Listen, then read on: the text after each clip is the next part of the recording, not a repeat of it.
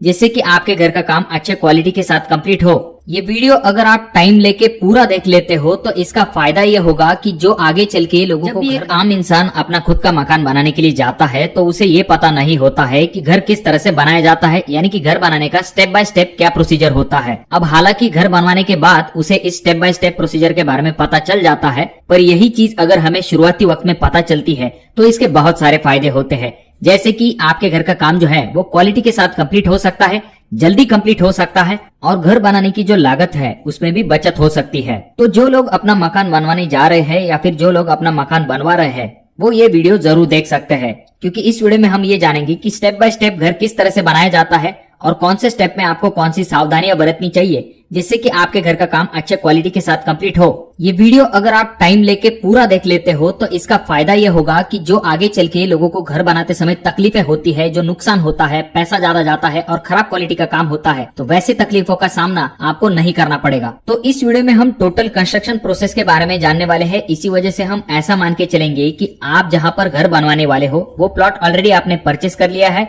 या फिर आप अपने खुद के प्लॉट के ऊपर घर बनवाने जा रहे हो। साथ में निर्माण कार्य के लिए जो परमिशंस लगती है वो आपने ले ली है। तो अब यहाँ पर पहला स्टेप आ जाता है जहाँ पर आपको ये डिसाइड करना है कि आपको कौन से टाइप का घर बनवाना है। जनरली दो टाइप से लोग घर बनवाते हैं, पहला जो कि है लोड बेरिंग टाइप स्ट्रक्चर और दूसरा जो कि है आरसीसी फ्रेम स्ट्रक्चर। इनमें से जो लोड बेरिंग स्ट्रक्चर है उसमें कॉलम बीम का इस्तेमाल नहीं किया जाता है। आपके पूरे स्लैब का जो लोड है आपके दीवारों के ऊपर होता है। ज्यादातर पुराने घरों के लिए लोड बेरिंग स्ट्रक्चर का इस्तेमाल किया जाता था और ये इतना अच्छा अर्थक्वेक रेजिस्टेंट भी नहीं है, इसी वजह से आजकल इसका ज्यादातर इस्तेमाल नहीं किया जाता। और जो दूसरा टाइप है जो कि है आरसीसी फ्रेम स्ट्रक्चर, तो आजकल सबसे ज्यादा इसका इस्तेमाल किया जाता है। इसमें आपने देखा होगा कि कॉलम और बीम का इस्तेमाल किया जाता है। आसान भाषा में आपके स्लैब का जो लोड है वो आपके कॉलम उठाते हैं। इस टाइप के जो घर होते हैं वो अच्छे अर्थक्वेक रेजिस्टेंट होते हैं। इसी वजह से आजकल बड़ी बिल्डिंग हो या फिर छोटे घर हो वहाँ पर आरसीसी फ्रेम स्ट्रक्चर का इस्तेमाल किया जाता है। इसीलिए मेरा रिकमेंडेशन आपको ये रहेगा कि आपके घर को बनवाने के लिए आप आरसीसी फ्रेम स्ट्रक्चर की तरफ जा सकते हो। उसके बाद जो अगला स्टेप आता है वहाँ पर आप ये डिसाइड करते हो कि आपको घर किस तरह से बनवाना है। उसके लिए आप अपने इंजीनियर से या फिर आर्किटेक्ट के पास से प्लान बनवा लेते हो।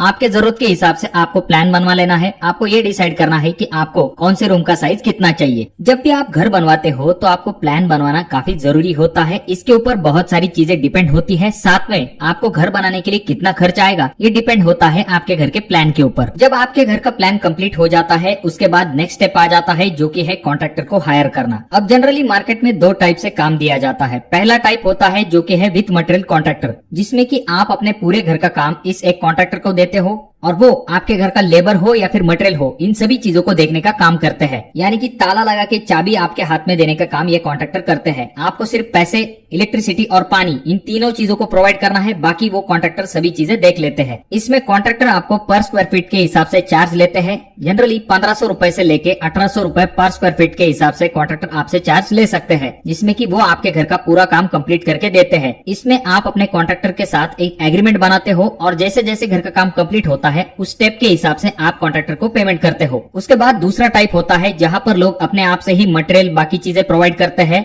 और सिर्फ लेबर के लिए लेबर कॉन्ट्रैक्टर को हायर करते हैं। तो यहाँ पर मटेरियल की जिम्मेदारी आपकी होती है और लेबर की जिम्मेदारी आपके लेबर कॉन्ट्रैक्टर की होती है। अब जाहिर सी बात है, अगर आप विथ मटेरियल कॉन्ट्रैक्टर को काम देने वाले हो तो वहाँ पर आपको एग्रीमेंट करके लेना चाहिए और एग्रीमेंट के हिसाब से आपको काम करवा के लेना है और उसी हिसाब से आपको स्टेप बाय स्टेप उस कॉन्ट्रैक्टर को पेमेंट करना है। और अगर आपने लेबर कॉन्ट्रैक्टर को अपने घर का काम दिया है तो उसके पास से भी एक कागज के ऊपर लिख लीजिए कि पेमेंट के स्टेप किस तरह से होंगे, ठेकेदार के तरफ कौन सी चीजें होंगी, आपके तरफ कौन सी चीजें होंगी, जिससे कि आपको आगे चल के तकलीफ न हो। और सबसे इम्पोर्टेंट चीज, पेमेंट किस हिसाब से ठेकेदार लेंगे इसके बारे में भी आपके एग्रीमेंट में लिखा हुआ होना चाहिए। अब आप में से बहुत सारे लोग ये कहेंगे कि पहचान वाला है, लिखने की कोई जरूरत नहीं है, तो इस चीज का पछतावा आपको आगे चल के होगा। इसीलिए पहले ही आप सावधान रहेंगे तो इससे आपका जरूर फायदा होगा। और जब कभी आप किसी कॉन्ट्रैक्टर को फाइनल करने वाले हो तो सिर्फ रेट मत देखिए, आप उसके काम की क्वालिटी देखिए, तब जाकर उसे अपने घर का काम दीजिए। क्योंकि शुरुआती वक्त में लोग पैसे बचाने के चक्कर में किसी सस्ते ठेकेदार को अपने घर का काम देते हैं और आगे चल के उनका काम तो खराब होता है और उनके पैसों का भी नुकसान होता है।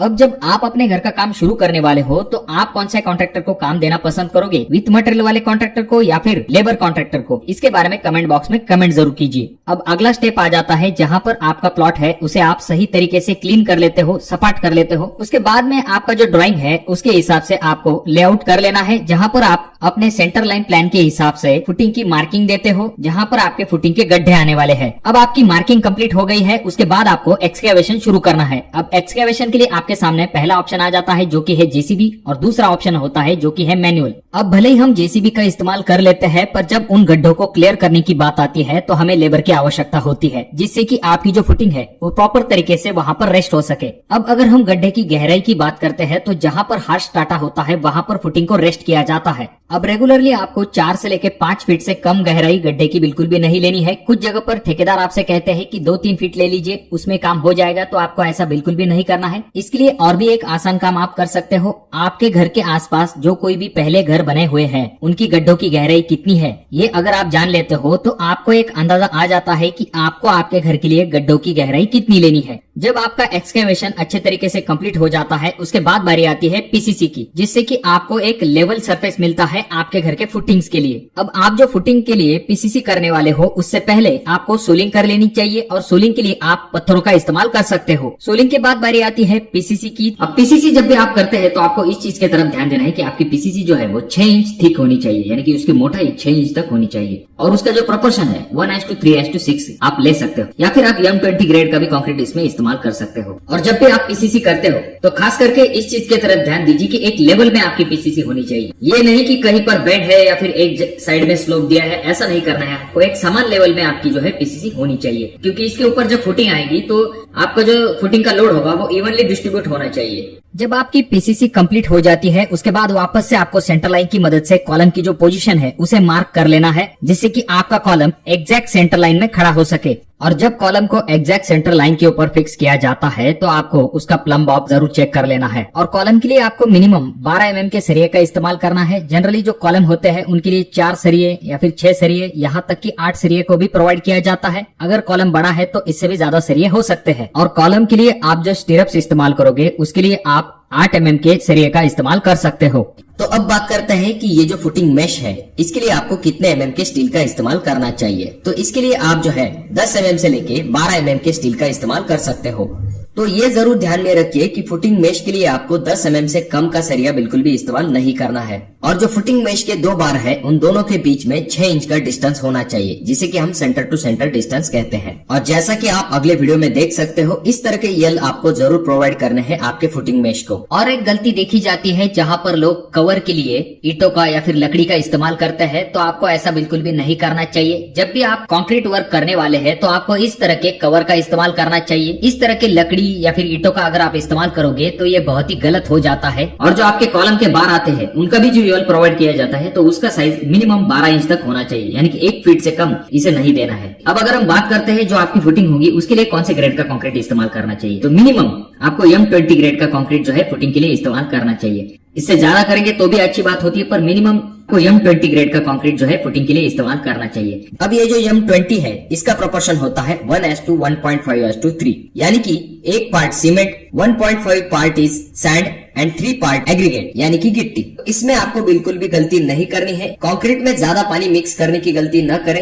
वैसे तो M20 ग्रेड के लिए 28 से लेकर 32 लीटर तक पानी का इस्तेमाल किया जाना चाहिए, पर साइट पर काम आसान होने के लिए लोग कंक्रीट में ज्यादा पानी मिक्स कर देते हैं, जिससे कि कंक्रीट की मजबूती कम हो सकती है। और जब भी आपकी फुटिंग का कंक्रीट चलता है ऐसे वक्त में आप अगर वाइब्रेटर का इस्तेमाल करेंगे तो आपकी फुटिंग के जो कंक्रीट होगा वो अच्छे से कॉम्पैक्ट हो पाएगा, जो एयर वाइड्स होंगे वो अच्छे से रिड्यूस हो पाएंगे। तो इससे आपके कंक्रीट की जो ताकत होगी वो बढ़ने में बहुत ज्यादा मदद मिलेगी। और आप जब भी कंक्रीट करोगे तो उसे आपको कम से कम 10 से लेकर 12 दिन तक पानी जरूर देना है। अब जब हमारी फुटिंग कंप्लीट हो जाती है उसके बाद बारी आती है पेडिस्टल की। अब ये जो पेडिस्टल है इसे बनाते समय भी आपको M20 ग्रेड का कंक्रीट इस्तेमाल करना है। अब फुटिंग के साथ आपको इस पेडिस्टल की भी क्यूरिंग करनी है, जिससे कि आपके पेडिस्टल, फुटिंग और पीसीसी इन तीनों चीजों को आराम के साथ पानी मिल सके। और जब आप सॉइल फिलिंग कर लोगे उसके बाद आपको उन गड्ढों के अंदर अच्छे से पानी भर देना है। इसके 2 फायदे होंगे। पहली चीज, आपके फुटिंग को अच्छे से क्यूरिंग हो पाएगी। आपकी जो मिट्टी है उसमें अच्छे से कॉम्पैक्शन हो पाएगा। अब इसके बाद अगला स्टेप आ जाता है जो कि है प्लिंथ बीम। तो जब आपकी प्लिंथ बीम की हाइट डिसाइड हो जाती है जैसे कि 1.5 फीट, 2 फीट या फिर 3 फीट, तो उसके नीचे आपको पहले ब्रिक वर्क कंप्लीट कर लेना है। उसके बाद जाकर आपका जो प्लिंथ बीम है उसे कास्ट करना है।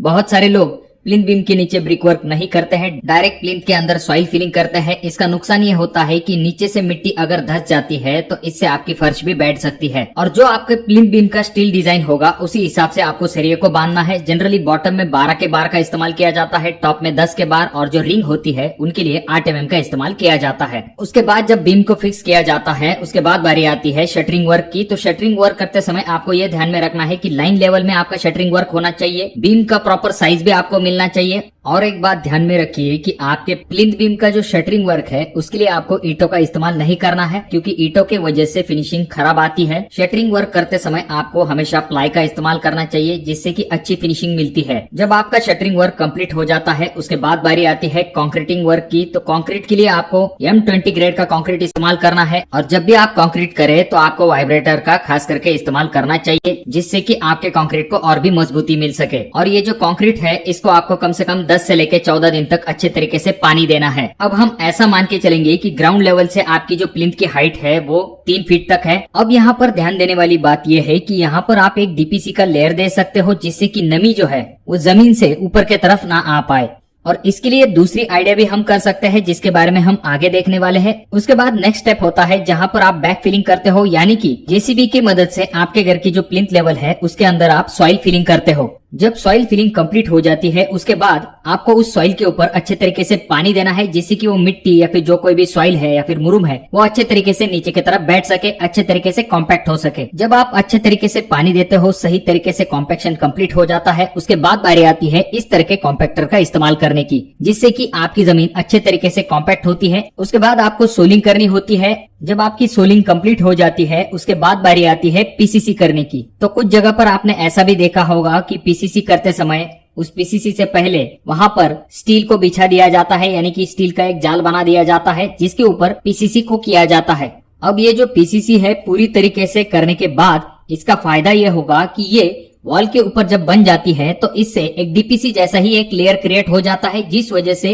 जमीन से आने वाली जो नमी है वो ऊपर के तरफ नहीं जा पाती। अब जैसा कि आप अगले वीडियो में देख सकते हो यहाँ पर प्लिंथ लेवल तक आपके घर का काम कंप्लीट हो चुका है। अब इसके बाद जो क्लासिक सवाल है जो कि हमेशा पूछा जाता है कि पहले ब्रिक वर्क करना चाहिए या फिर कॉलम को कास्ट करना चाहिए। तो अगर आपका RCC स्ट्रक्चर है तो पहले आपको कॉलम कास्ट कर लेने चाहिए जो कि टेक्निकली सही चीज होती है।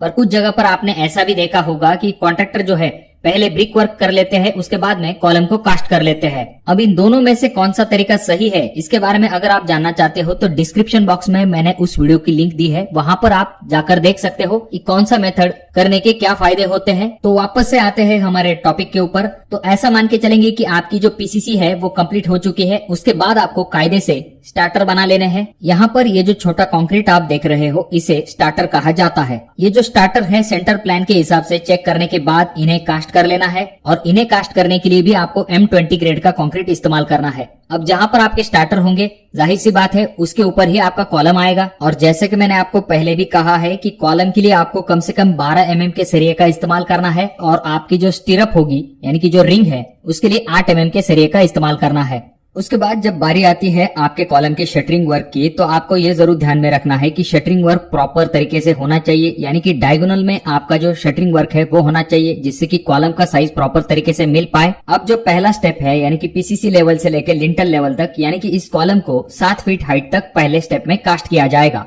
कॉलम का जो शटरिंग वर्क है उसे अंदर के तरफ से ऑयल लगा हुआ होना चाहिए। उसके बाद में आपको ऊपर से ये चेक कर लेना है कि कॉलम का डायगोनल आपको सही तरीके से मिलना चाहिए और यहाँ पर आपको कॉलम का कवर भी चेक कर लेना है।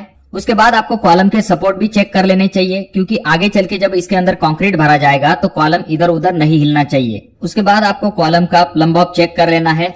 उसके बाद आपको कॉलम को कास्ट करने के लिए कम से कम M20 ग्रेड का कंक्रीट इस्तेमाल करना है और कॉलम के लिए भी आपको वाइब्रेटर का जरूर इस्तेमाल करना है।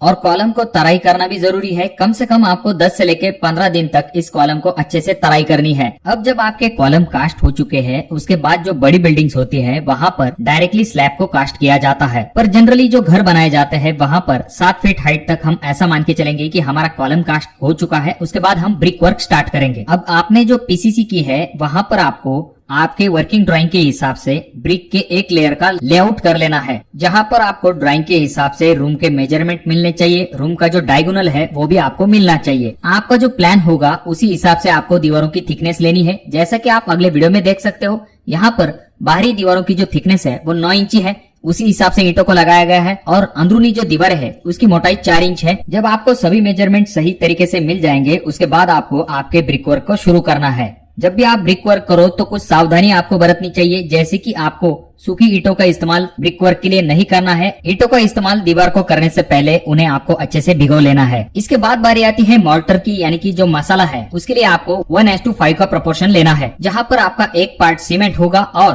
5 पार्ट सैंड होगा। उसके बाद आपको ये चीज ध्यान में रखनी है कि आपको एक दिन में पूरी वॉल नहीं बनवानी है। आप जो है वॉल की हाइट 3 या फिर 4 फीट तक एक दिन के अंदर बना सकते हो। आपके घर की जो 4 इंची दीवारें हैं उनके लिए आपको 3 फीट के हाइट के ऊपर कंक्रीट बेड जरूर देना है, जो कि आपके दीवार के मजबूती के लिए काफी जरूरी होता है। अब जब आपका brick work window sill level तक कंप्लीट हो जाता है, उसके बाद आपको विंडो की जो ओपनिंग्स है उन्हें ब्रिक वर्क में छोड़ देना है और उस हिसाब से आगे का ब्रिक वर्क कंप्लीट कर लेना है। जब आपका ब्रिक वर्क 7 फीट हाइट तक कंप्लीट हो जाता है, उसके बाद बारी आती है आपके घर के लिंटल की। आपके जो दरवाजे और खिड़कियां हैं उनके ऊपर आपको लिंटल जरूर प्रोवाइड करना चाहिए। जहाँ पर जरूरी है वहाँ पर आप फुल लिंटल भी डाल सकते हो, जैसा कि आप अगले वीडियो में देख सकते हो। यहाँ पर सभी दीवारों के ऊपर लिंटल को डाला गया है। अब आपके घर का जो ब्रिक वर्क है उसे आपको 10 से लेके 12 दिन तक अच्छे से पानी देना है। जब आप लिंटल भी कास्ट कर लोगे तो भी आपको उसके ऊपर 10 से लेके 12 दिन तक अच्छे से पानी देना है। जब आपकी लिंटल लेवल कंप्लीट हो जाती है, उसके बाद बारी आती है लिंटल के ऊपर का जो ब्रिक वर्क है उसे करने की। आपके स्लैब के बीम के हिसाब से इस ब्रिक वर्क को किया जाता है और साथ में जब आपका लिंटल वर्क कंप्लीट हो जाता है तब आपका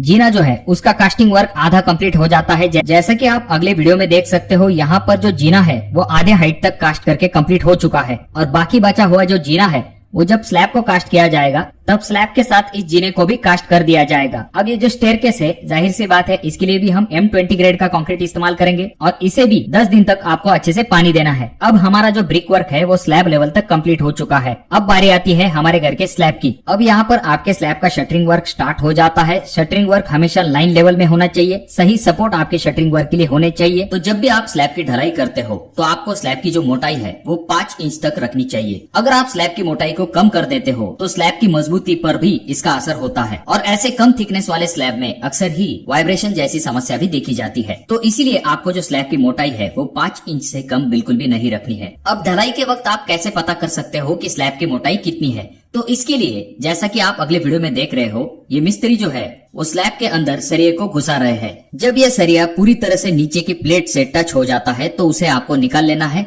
और जो कंक्रीट वाला पोर्शन है उसे मेजरमेंट टेप से मेजर कर लेना है। जैसा कि आप यहाँ पर देख सकते हो, यहाँ पर जो स्लैब है वो 5 इंच से थोड़ा सा ज्यादा है। आपका जो सीमेंट है वो 3 महीने से पुराना नहीं होना चाहिए, उस पे ISI मार्क होना चाहिए और आप कौन सा सीमेंट इस्तेमाल कर रहे हो इसके तरफ भी ध्यान दीजिए, जैसे कि OPC सीमेंट या फिर PPC सीमेंट। ये सीमेंट के सिर्फ टाइप होते हैं, हर एक कंपनी में आपको इन दोनों प्रकार से सीमेंट मिल सकता है। अब यहाँ पर नेक्स्ट पॉइंट आ जाता है जो कि है कंक्रीट रेशियो। तो इसी तरह से आपको स्लैब के लिए कम से कम M20 ग्रेड का कंक्रीट ही इस्तेमाल करना है। अब यहाँ पर नेक्स्ट पॉइंट आ जाता है जो कि है स्टील। तो जब भी आप स्लैब के लिए स्टील इस्तेमाल करोगे तो आपको कम से कम 10 mm का स्टील इस्तेमाल करना चाहिए। अब स्लैब के लिए तो इस तरह के कवर जो है वो आपको सरिये के नीचे प्लेस करने हैं। तो स्लैब के लिए जो कवरिंग इस्तेमाल की जाती है वो 20 mm तक इस्तेमाल करनी चाहिए। अब यहाँ पर नेक्स्ट पॉइंट आ जाता है जो कि है क्यूरिंग। तो आपको स्लैब को कितने दिन तक पानी देना चाहिए? तो इसका जवाब है आपको स्लैब को कम से कम 10 से लेके 14 दिन तक पानी देना चाहिए। अब यहाँ पर आप स्लैब के ऊपर इस तरह से पॉन्डिंग कर सकते हो जिसकी मदद से आप स्लैब को अच्छे से पानी दे सकते हो। ये जो क्यूरिंग है ये बहुत ही जरूरी है आपके स्लैब की मजबूती के लिए। अब यहाँ पर नेक्स्ट पॉइंट आ जाता है कि आपको आखिर कितने दिन बाद स्लैब को खोलना चाहिए? तो इसका जवाब है आपको कम से कम 14 दिन से पहले स्लैब को बिल्कुल भी नहीं खोलना चाहिए। अब स्लैब शुरू करने से पहले उसे आपको चीजों को एक बार अच्छे से चेक कर लीजिए।